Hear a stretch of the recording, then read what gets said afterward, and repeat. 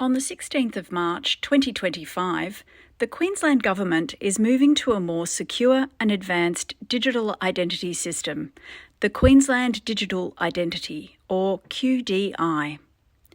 QDI replaces the current QGov system that is used to log in to online services. After this date, you may need to provide additional identification or create a new QDI account in order to access RTA's web services. There are steps you can take before the 28th of February 2025 to prepare for this transition.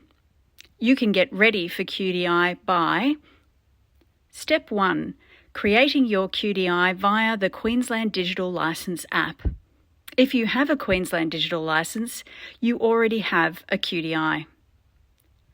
Step 2. Ensuring the email address, first name, last name, and date of birth on your QGov account match your Queensland Digital Licence. Tip: use an email address that only you have access to, not a shared account, and one that you will continue to have access to. For example, use a personal email instead of a work email address. Step 3.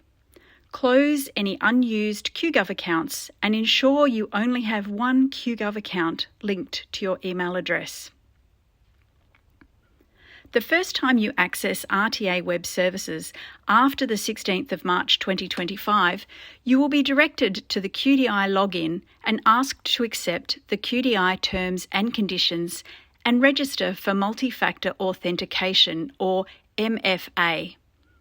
If you have not set up your QDI prior to this, you'll be asked to re-verify your identity documents before you can progress.